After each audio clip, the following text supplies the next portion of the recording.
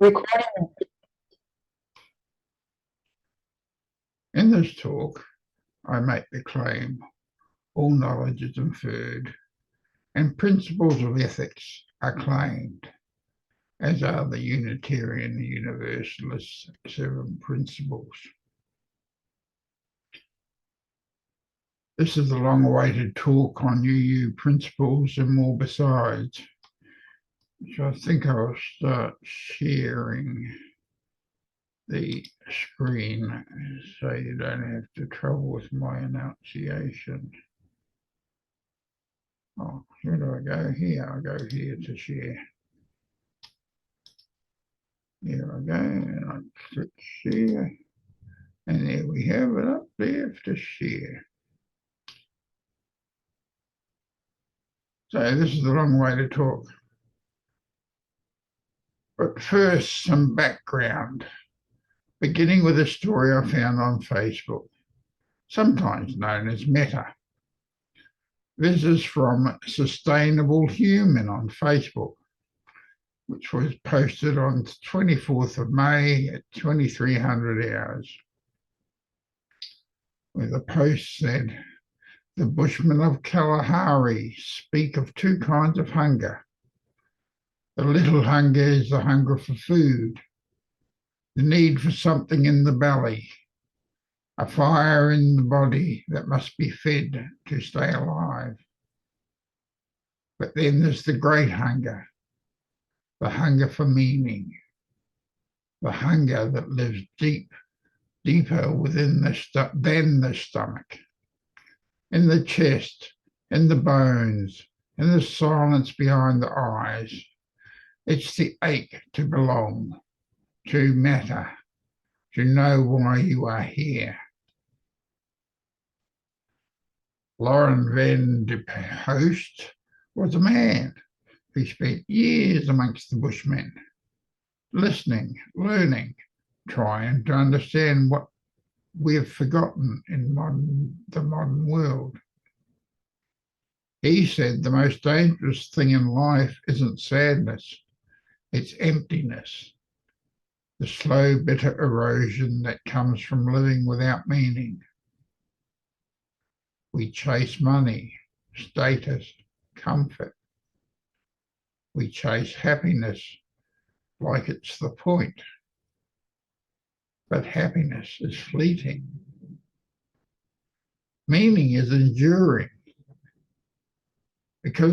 Because once you're doing something that matters, really matters to your soul, it doesn't matter whether you feel good all the time. You feel right. You feel connected.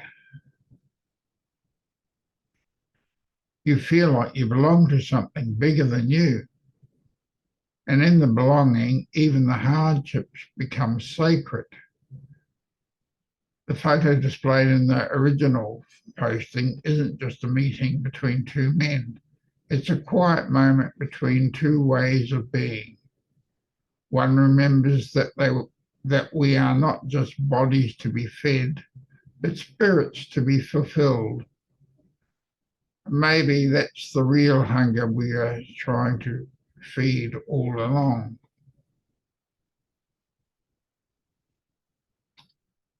My understanding on feeding our cognition, I share here.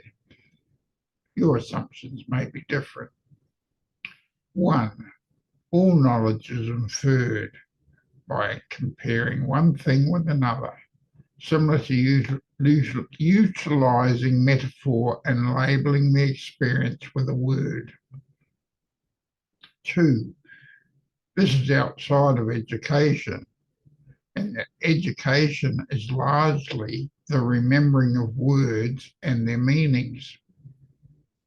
3, understanding is the combining of knowledge and education through a sense of control that humanity feels, the sense of free will.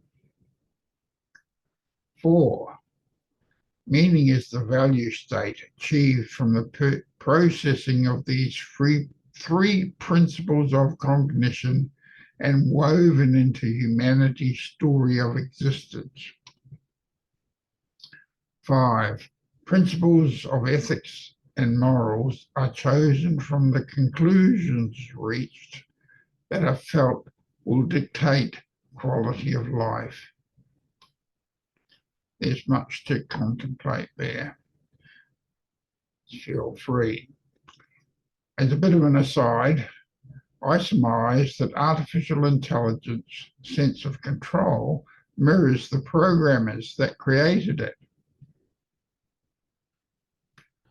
I'm hesitant to say this limits AI to the prejudices of the initial programmers, because I don't know the mechanism by which AI creates its initial knowledge bank and its further education once it starts deciphering humanity's general knowledge.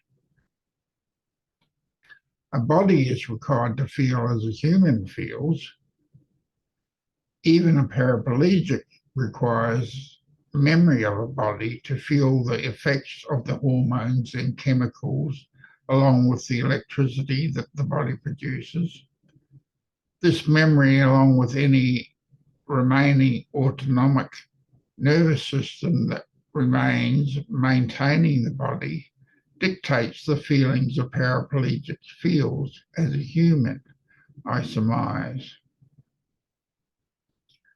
I further surmise that duplicating that in an AI is nigh on impossible, and any human interpreting the resulting logic needs to be highly skeptical of its veracity.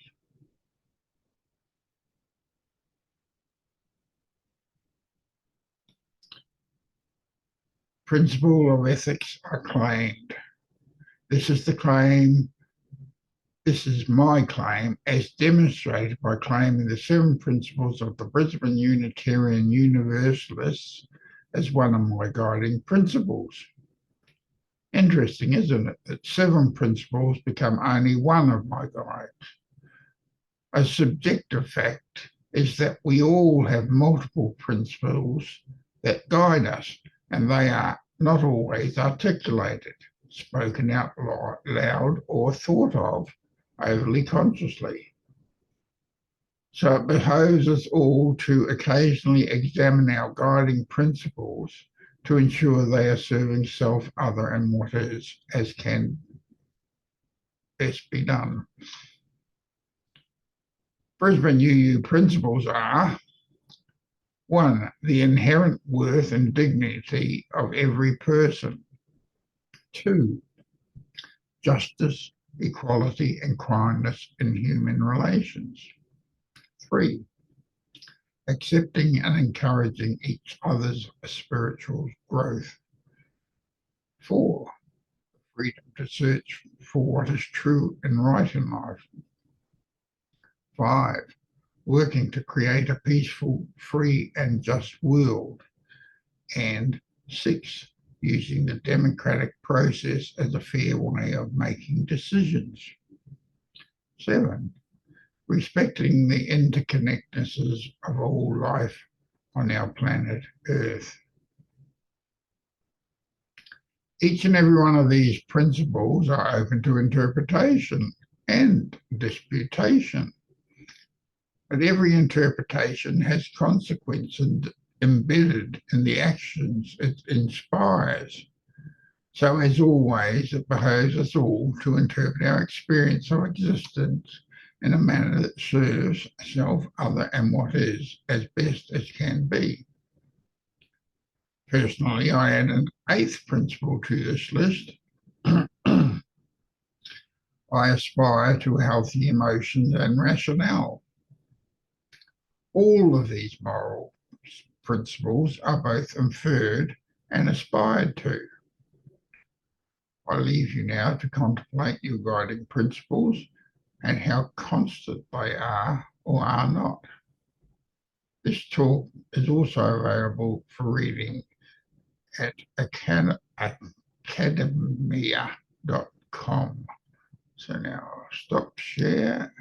You can have a look at my face as I look here to push the button to pause this video, and I hope you found it all worthwhile.